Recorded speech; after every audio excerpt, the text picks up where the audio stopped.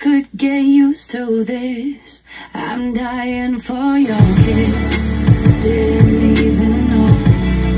Now it surely shows. You make me feel alive. Make me wanna try. Won't give up this fight. You're the reason why I'm sinking into it.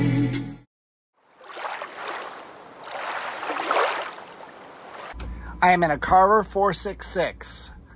The washing machine, this happens to be a Marlboro washing machine, leaks from behind the machine.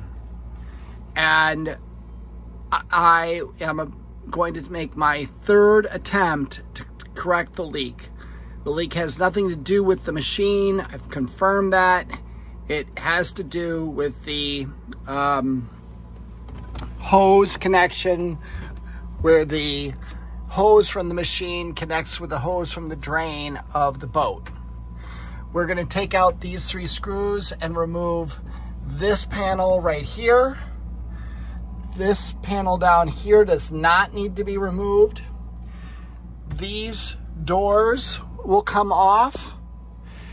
Then down here, all of the contents of stuff we have at the vacuum cleaner in this Carver 466 will be pulled out, and the vacuum cleaner itself needs to be pulled out so that the cords and hoses that are part of the washer dryer can be unclipped and pulled so that we can actually get this out. Then we're going to have a board right here. We're going to pull the washer dryer, set it on the board so that I can then get behind the washer dryer, get behind it to the hose, and replace the couplings. Actually, my preference is a 3/4 by 3/4 screw-in assembly that I'm hoping I can put this on one side, this on the other, and screw it together. And that should make a really nice seal. So first, the only thing that's holding on the doors is a single screw. And normally you could leave the back of this in and they just slide out. I would recommend you take these out. You need as much space as you can to shuffle the washer dryer out. The next thing is you're going to want to put this on cycle number 7 here. It's an 8-minute cycle, and what that's going to do is it's going to allow you to empty the last of the water that is in the system and just make it a little bit lighter. In order to remove the wall vac system, this top hinge needs to come off completely. There's 2 blind screws in the back that hold it in place. So you've got 1-2 screws here and 2 blind screws in the back that you need to find and you need to take out. I'm using a cheap little electric drill that helps to make that an easier job. So now I'm taking the 4 screws out that hold in the wall back.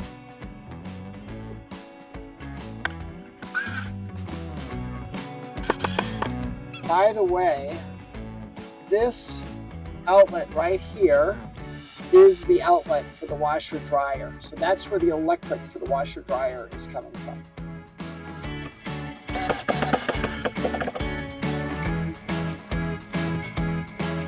If you're any more overweight than I am, you might want to find someone else to do this job.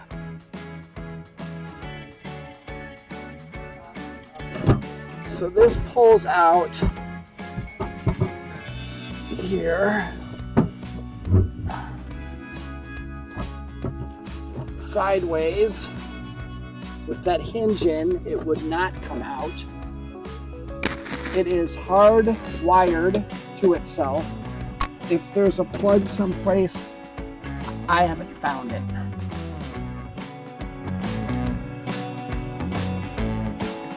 Okay, you've got, this is the electrical wire for the washer dryer.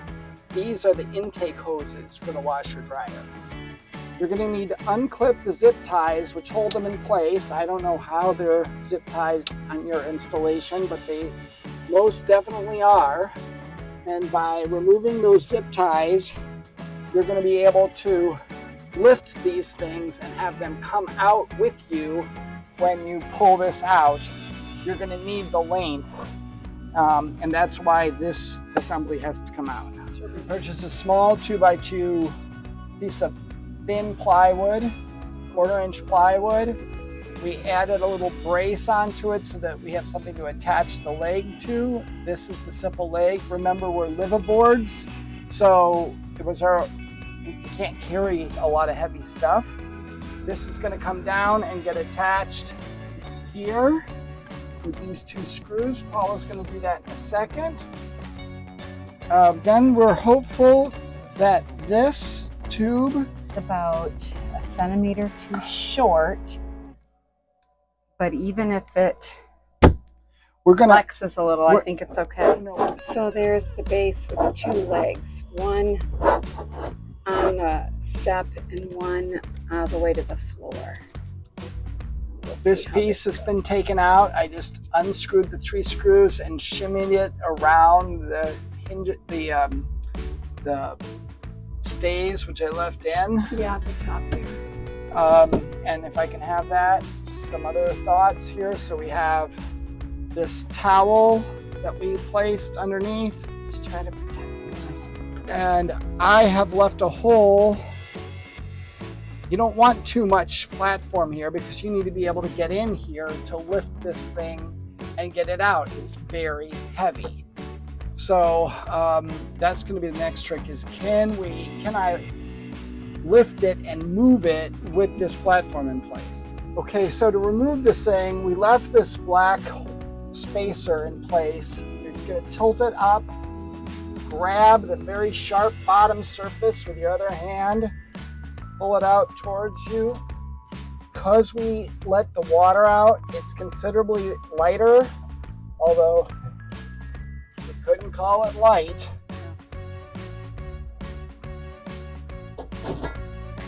Okay, I got it out. I'm gonna put the clamp back on it. This does fit good. So part B is ready to go once I get part A done. Okay, I've done it. You have to remember to put the clamp on first. You have to use the female end so that you can hold the hose. Once you've inserted the bracket into the hose, you can use the floor as your hammer and basically hammer the part into the hose. It's not gonna want to. It's been donned and and lubricated, and it still didn't want to go on. So there's the part, and now I'm going to put the male end into the female part, and then the hose will connect, and then cross our frickin' fingers. So this is how it looks finished. Basically put the female side into the black hose, pushed it on using the floor as a hammer, then screwed in the other part, then pushed that onto the hose from the washer, which was much easier to do. There's the whole assembly. I want to note that if I didn't have this hole here for my legs to go under, in order for me to get my arms in here, I had to slip right under here so that I could even get one arm in to work. And this is how I was working, with just one arm holding that hose and the other arm just barely getting in there. It is a miserable job. No professional should be asked to do this, because this is purely a job for an amateur who doesn't know any better. Oh, and last thing I want to show you is the horrible thing that Carver did to all of us, which is the reason for this problem. Here is the original part. You can see it's like it's been rubbed smooth with like flat parts on both sides. I don't know who did this. They took a part that was needed for something else and they shaved it down, but with those flat sides, how did anyone ever think that was going to hold water? And it didn't. It never did. Not on this one. Here are the two part numbers you need from West Marine. They're C-Fits, 185-4587 and 185-4934. One's a 1/2 by 3/4 male pipe and nylon.